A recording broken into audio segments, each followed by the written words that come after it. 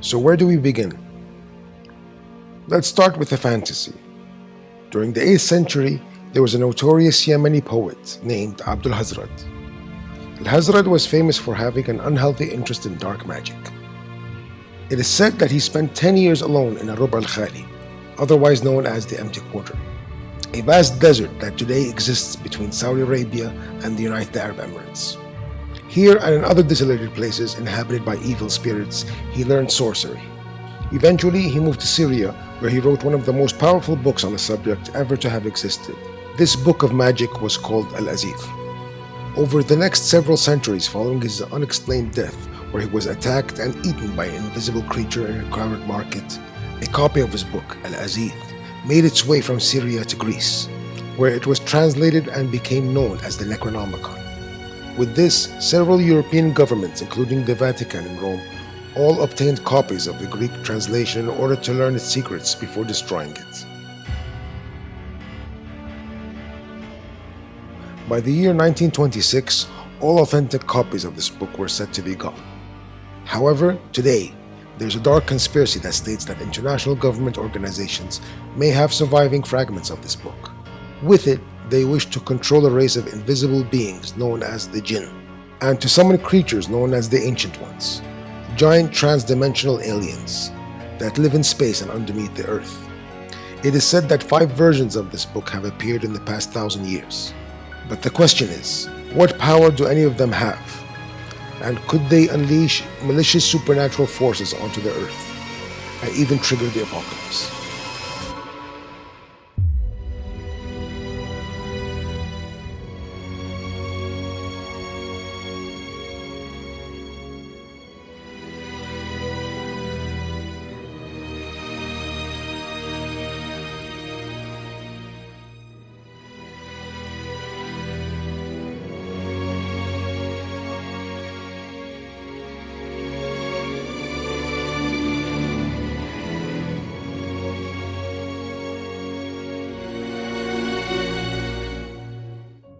So here's the reality.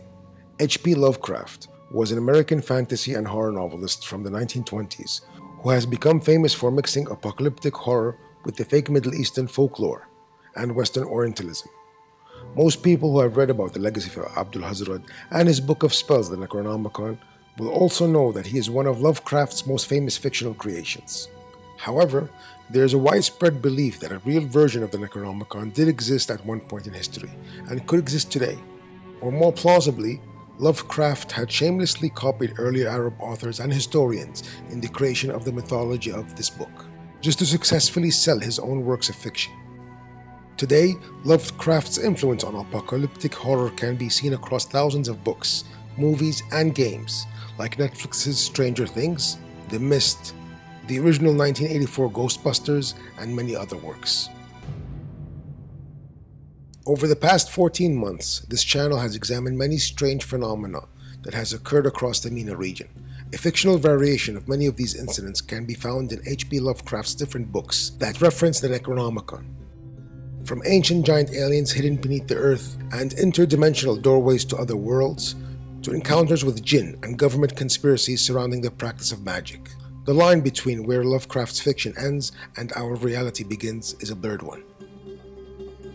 Given that Lovecraft was obsessed with the Middle East, our first contender for what could be the real-life Necronomicon may have existed in medieval Egypt. In 1200 CE, the historian Murtada ibn al-Afif wrote The Prodigies of Egypt, an encyclopedia about the ancient Egyptian magic, gods, and monsters. However, all original copies of this book disappeared by the Renaissance, a time in European history where interests in religion, art, and literature became deeply linked. At this time, a French translation was written, and is this version that has survived to the 21st century. The parallels between the Prodigies of Egypt and the Necronomicon, both in content and the way they have survived to the modern day, are extremely similar. However, within the Prodigies of Egypt itself, a reference of an even darker piece of literature exists. Although Murtada's book itself is not really a collection of ancient Egyptian spells, within it there are writings taken from an even older book called Akhbar al-Zaman, which in English means the history of time. not to be confused with the more famous book of the same name written by the 10th century historian al-Mas'udi. The original Akhbar al-Zaman is believed to be the earliest known collection of occult lore about ancient Egypt, and it is this book that might be the true Necronomicon.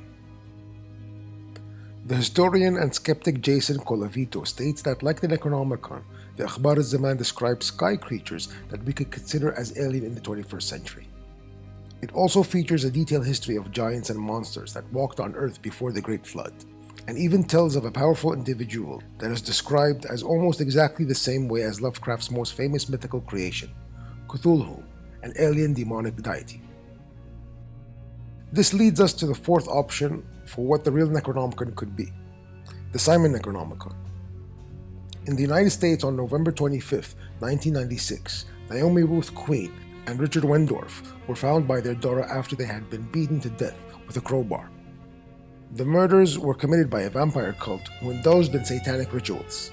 In court, it was revealed that one of the books used in their rituals was the Simon Necronomicon, rumored to be written by the occultist Peter Levenda. This popular book is a mixture of real Babylonian texts, fictional demons created by Lovecraft's, and the Oriental magical system of Illuminati Satanist Aleister Crowley, so altogether an ugly piece of work.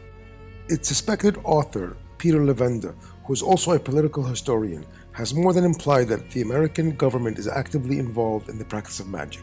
In his book Sinister Forces, a grimoire of American political witchcraft, he writes that there has always been a satanic undercurrent in American political affairs that has existed for centuries, where the practice of ritual ceremonial magic has been ever present.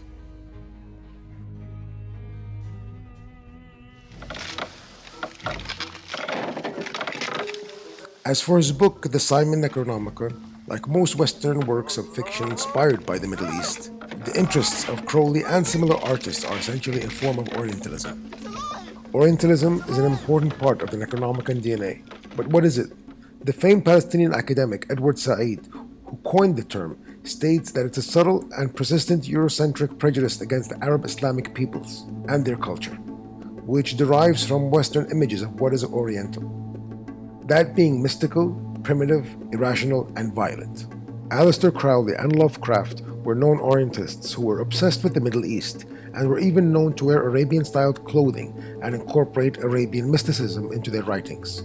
However, their preoccupation with Middle Eastern and North African cultures were focused on the pagan aspects of the region that predated Islam, as the religion itself totally prohibits every form of magic. In Lovecraft's book, his version of the Orient is populated with the paganism surrounding the communication with jinn, magic, and mythical monsters, similar to what you would find in 1001 Arabian Nights.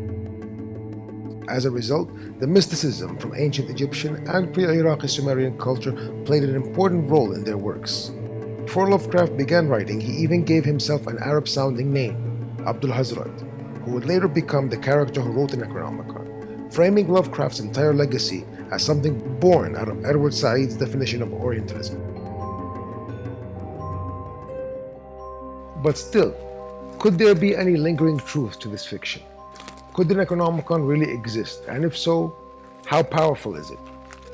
With the 4 books we have looked at so far, we can conclude that the Simon Necronomicon is just a derivative piece of occult fiction based on Lovecraft's Necronomicon. Meanwhile, the work it's based upon, the Akhbar al-Zaman and the Prodigies of Egypt, are not even spell books in the traditional sense, but are instead closer to an encyclopedia. However, there's a 5th book I have not mentioned yet, and this book mixes elements of all these books into one, and is a book that Lovecraft may have never been aware of himself. It goes by the name Shams al-Ma'arif. In English, it is known as the Book of the Sun of Gnosis and the Subtleties of Elevated Things, and has a reputation of being very dangerous. This is the real Arabian Necronomicon. In 13th century Arabia, the Sufi mathematician Ahmad al-Buni wrote the Book of Sun of Gnosis. Throughout history, it has largely been banned across the Islamic world because of its reputation of being a legitimate source of supernatural power that Islam prohibits.